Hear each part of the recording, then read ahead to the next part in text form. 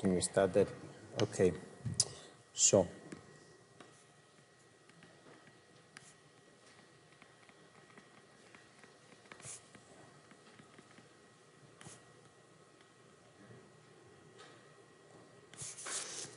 we consider a specific type, so-called Nand flash memory.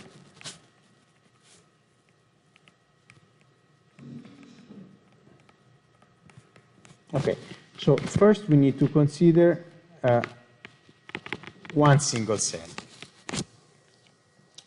just in order to understand the operation.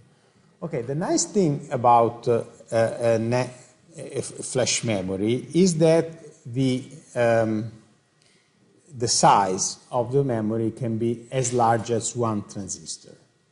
So it can go it can go to very small dimensions. You remember the DRAM has one transistor plus one capacitor. In this case, we can have one transistor, which means that we can make it as small as possible, following the scaling down of transistor size. It is not just one transistor. Typically, it's a transistor with a floating gate. So it has an additional gate, which is floating. Let me draw it for you so that it's easy. I'm just drawing the simplest type of transistor. Let's assume this is an N-type N-channel transistor. You have here the source and the drain. This is the silicon region, which is P-type. And then you have here the gate oxide. On top of the gate oxide, there is a gate which is traditionally in polysilicon, polycrystalline silicon. But then on top of it, you have another gate. So the gate is not an actual contact because it's completely insulated from the rest. This is why we call it floating gate, because the voltage on this gate is not fixed. Depends on the electrostatics of the floating gate, not voltage.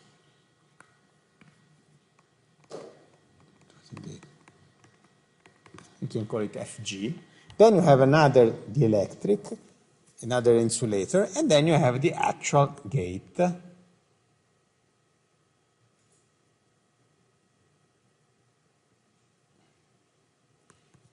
Which is called, in this case, control gate.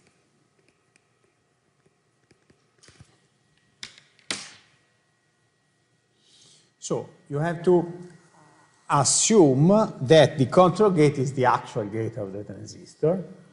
When you modify the voltage on the control gate, you can turn the transistor on or off. So it's a NMOS transistor. So in order to turn it on, you have to apply positive voltage on the control gate, a positive enough voltage on the control gate. This is it. Now, what is the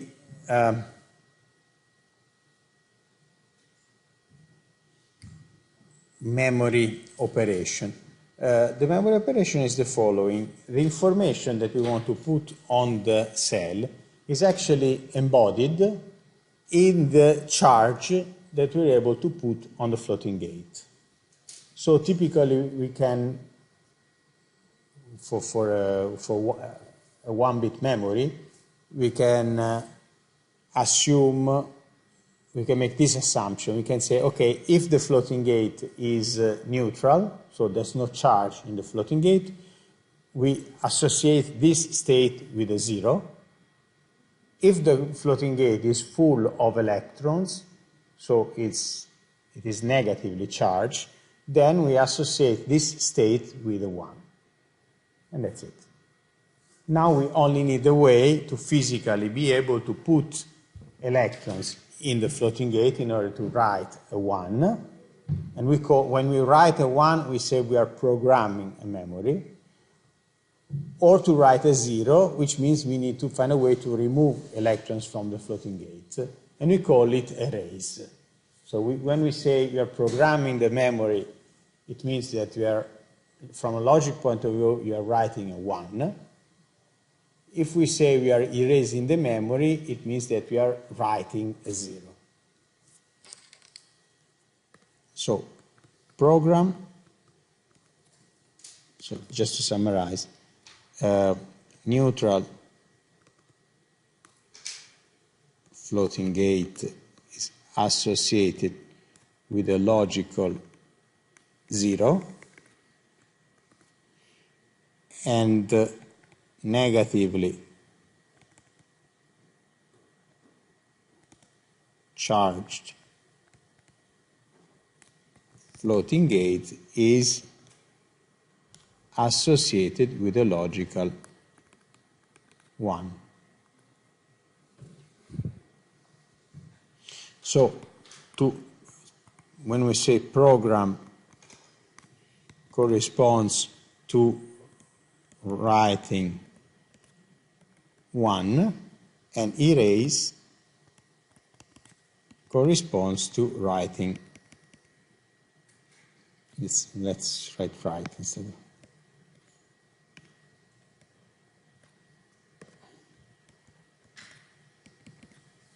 Right, 0.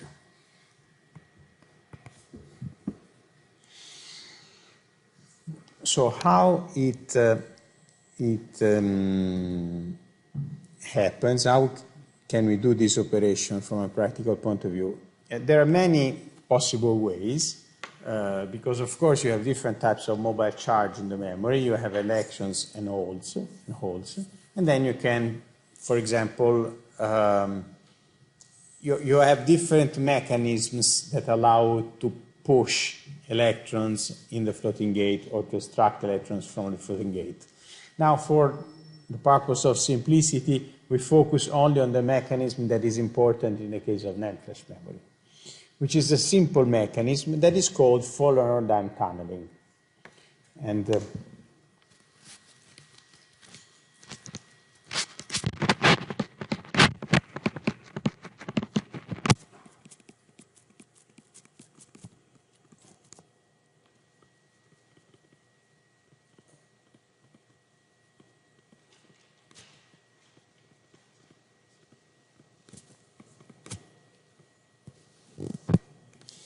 which is quite simple to explain. Basically, the thing is the following. The insulator is a perfect insulator only up to a certain point. If we apply a large enough electric field across the insulator, it is possible to have electrons that are here in the channel that can cross the insulator and be trapped in the floating gate. So this insulator is an insulator that is very thin, and it's called tunnel oxide or tunnel dielectric, which means actually that if the electric field is large enough, it can be tunneled by electrons can tunnel, let's say. It can be crossed by electrons. Okay? Now, the point is that in order to obtain this result, you need to apply very high voltage on the control gates with respect to the channel. So if the voltage on the control gate with respect to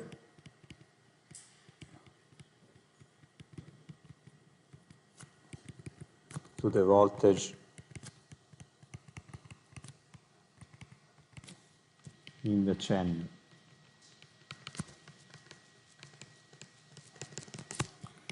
is large enough,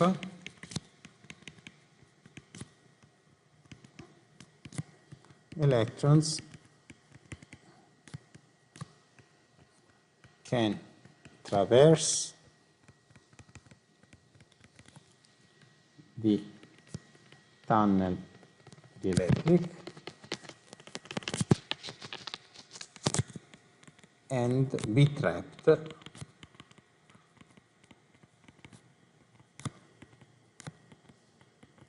in the floating gate.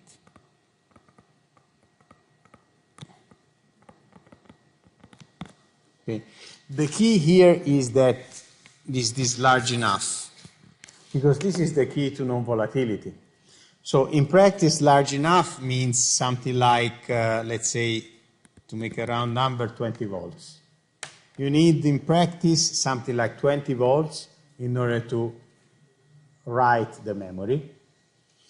And then the point is that this is a non-volatile memory, which means that this information has to be stored. And in order to be stored, it means that the charge in the floating gate then has to be trapped.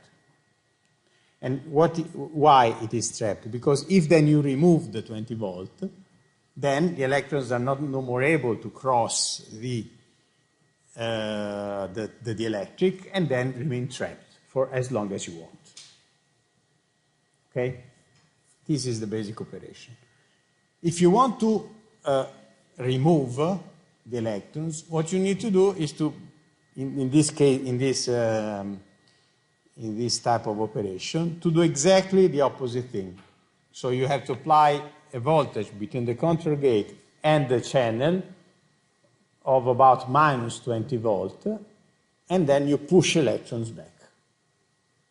Okay? Of course, if you have plus 20 here, then electrons are attracted towards the high voltage, and then because they are negative, and then they move in this direction but are stopped in the floating gate. If you apply minus 20 volt, then you repel the electrons, which at this point can go back to the channel. Okay? So the operation is quite simple, but I want to, let's say, stress some points in order to understand the implications. In practice, you really need these 20 volts. The physical quantity which drives everything is the electric field in the dielectric. If the electric field in the dielectric is high enough, the electrons can tunnel. So, in principle, you could reduce the voltage by using a thinner dielectric. Okay? The point is that with a thinner dielectric, then you can lose something from the point of view of retention. Because then if the dielectric is too thin, in time, electrons can, let's say, escape from the floating gate even during the storage. Okay, so you're not able to store the information for a sufficiently long time. Okay. In practice, what happens is that there is a standard for non-volatile, for commercial non-volatile memories, which says that actually, in order to consider a memory non-volatile for most applications, you need to have a retention time, which is the time during which the information is safely stored in the memory, of at least 10 years at a temperature of 150 degrees. So, the required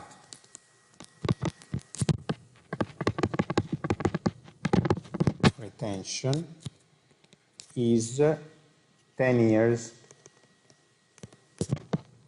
at 150 centigrade, degree Celsius degrees. Okay? This basically, in practice, implies that in order to have this retention, you need to have the thickness of the tunnel oxide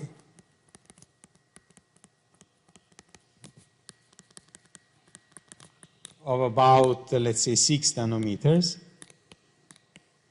which implies a program time, a program voltage of about 20 volts. So this is the reason for that. If you could accept a smaller retention time, you could have a thinner oxide, and therefore you could have a smaller program voltage. Okay? Program voltage 20 volt, erase voltage is something close to minus 20. Okay, these are approximate numbers, but are useful to give you an idea of the quantities. As you see, the operation is quite simple. From a technological point of view, it's extremely complex, because you really need to have a very reliable dielectric in order to have a reliable storage of the flash memory.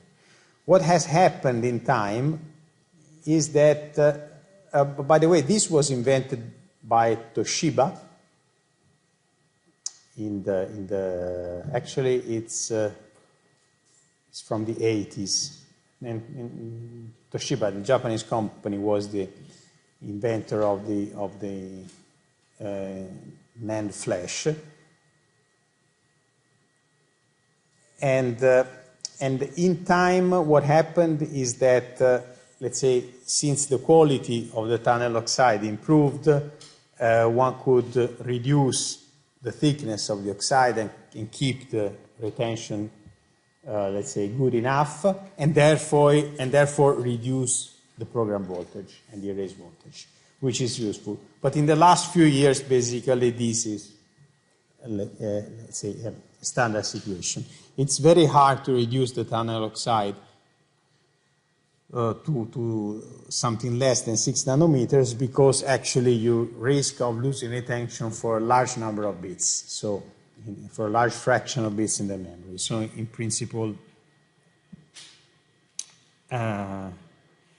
this is the situation. Now, okay, this is the basic operation of one cell. Of course, the other issue is, okay, how can I actually read, write, and read the program and erase the memory? Because one thing is to say I need to put electrons in the memory. The other thing is to consider a complete array. So let's try to understand this let's say, circuit operation. So let's consider first the first issue. How do I read the state of the memory? Because, of course, I said, okay, I have two different states. One corresponds to a neutral floating gate. One corresponds to a floating gate that is negatively charged. How can I read electrically this information? And the way in which you read this information is that what happens is that the charge stored in the floating gate modifies the threshold voltage of the transistor. So let me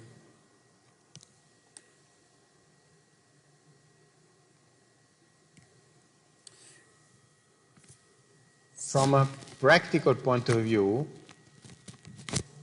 this is the symbol that is typically used for a floating gate. Okay, and these additional, basically it is a transistor plus an additional line in the gate which corresponds to the floating gate. Okay, actually, from a physical point of view, you can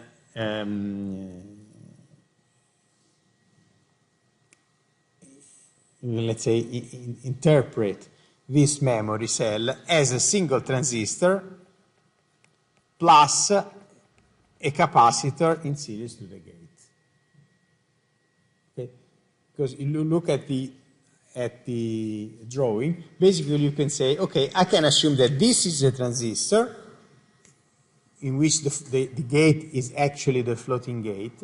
then this gate is not connected to anything else except for this capacitor, that is a parallel plate capacitor between the floating gate and the control gate. So we can say, okay, this is a transistor. Then, in addition to a simple transistor, we have a capacitor between the floating gate and the control gate. From an electrical point of view, this is exactly how the memory cell can be seen. So basically, I can say this is the transistor,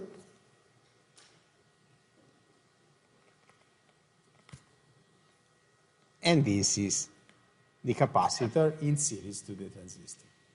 Of course, what we do is changing, when we want to program, we change the charge on this node, the charge on the floating gate.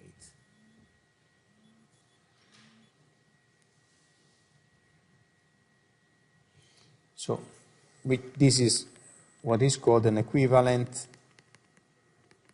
electric circuit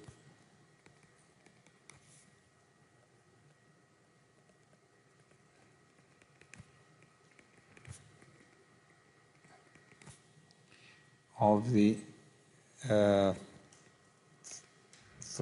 of the floating gate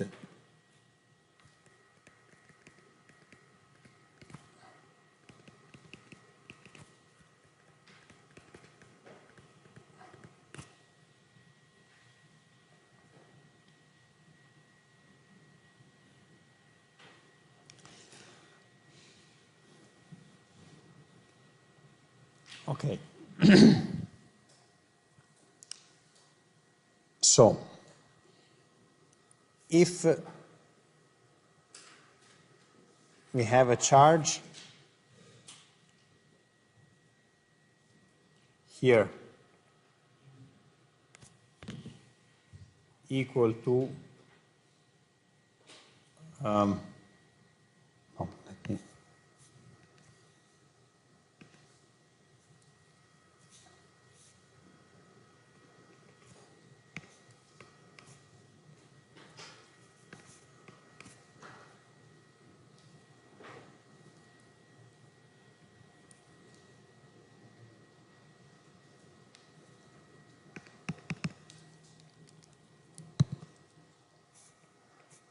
okay. So, once we have it, let's assume that this is a current and we apply voltage on the control gate, on the source and the drain. And let's look at the transfer characteristics. This is the voltage applied to the control gate. We can put the source to ground to let's say, simplify things. We assume that the voltage on the source is 0. And then we consider two cases. One in which the floating gate is neutral. So the charge in the floating gate is equal to 0. Okay, if the charge in the floating gate is equal to 0, we are probably having a transfer characteristics, which is this classical transfer characteristics of a transistor, something like this. Okay? So this is the threshold voltage. In this case, we have Q equal to 0. We have the current is 0 up to the threshold voltage, and then for a current higher than the threshold voltage, the current increases. So we have something like this. Okay? The threshold voltage is Vt is equal to 0. Now, if we put a charge which is negative, so if we consider a Q smaller than 0, what happens is the following thing. Let's assume that we have a situation in which we have the same current. What voltage do we need to apply to the control gate in order to have the same current? The thing is the following. If we have the same current, it means that the transistor is exactly in the same situation as in this case, in the case when Q is equal to 0. So, the transistor is in the same situation, but now we have a Q which is not 0 on the floating gate, and if the transistor must be in the same situation, it means that we need to have a charge which is minus Q on the other plate of the parallel plate capacitor. And if this capacitor has a capacitance that we call Cg, this situation on the capacitance on the gate corresponds to a voltage between the floating gate and the control gate, which is equal to minus Q time, which is equal to minus Q divided by Cg. So, with respect to the situation that we had before, the voltage applied to the control gate is the one that I had to apply when Q was equal to 0 plus V1, which is the voltage that I need to apply on the capacitor. Okay, so this is the new situation. Where this is V is equal to minus Q over Cg. I'm taking Q negative, so minus Q over Cg is positive. And this is true for all the values of the current, which means that the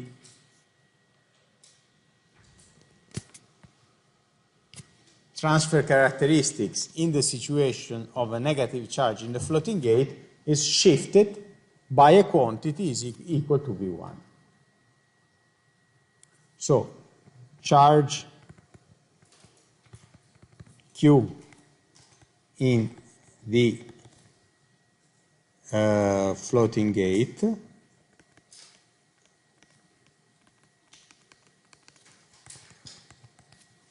requires that the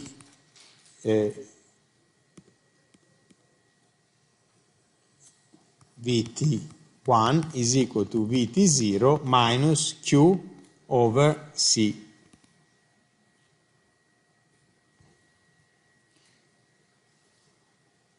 Let me write it more easy.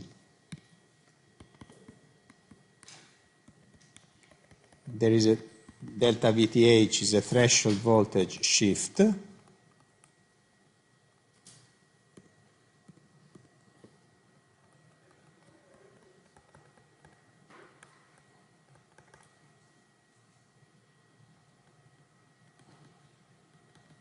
And this shift is exactly minus Q over Cg.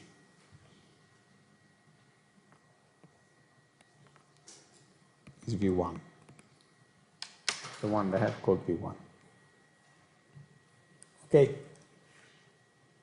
Now this is very convenient because now I have a mechanism that allows me to measure a current instead of measuring a charge. So if I want to know if this floating gate is neutral or is charged, what I need to do, for example, is apply a voltage here in the middle on the control gate and check whether there is a current. And if there is a current, it means that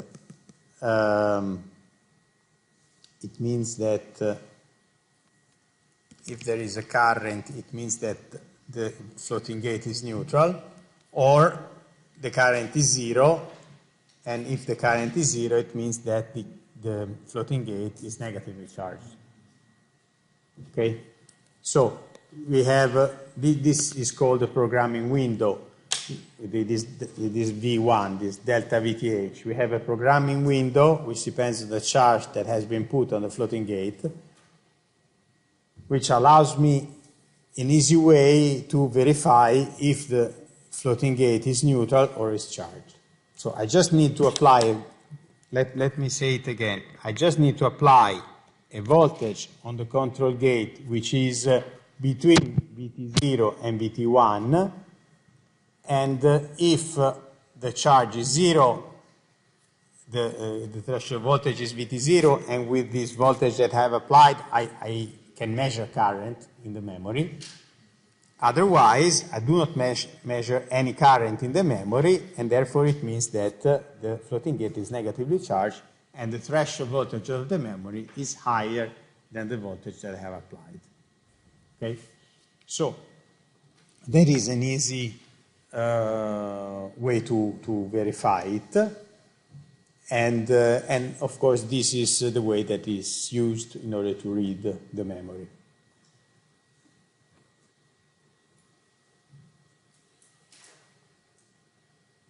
As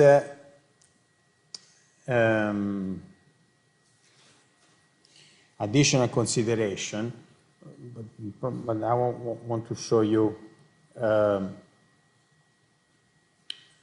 let's say, something related to that. You see that in principle, we can be able to store more than 1 bit per cell.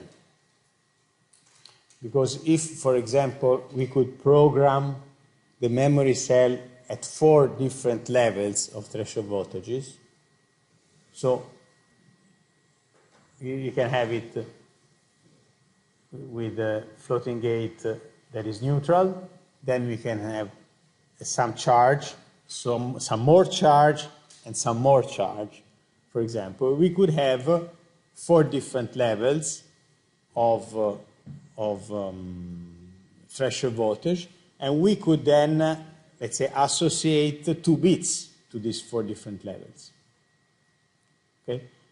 And of course, the writing operation and the reading operation is going to be more complicated, but you could store, let's say, twice the number of bits in the same area.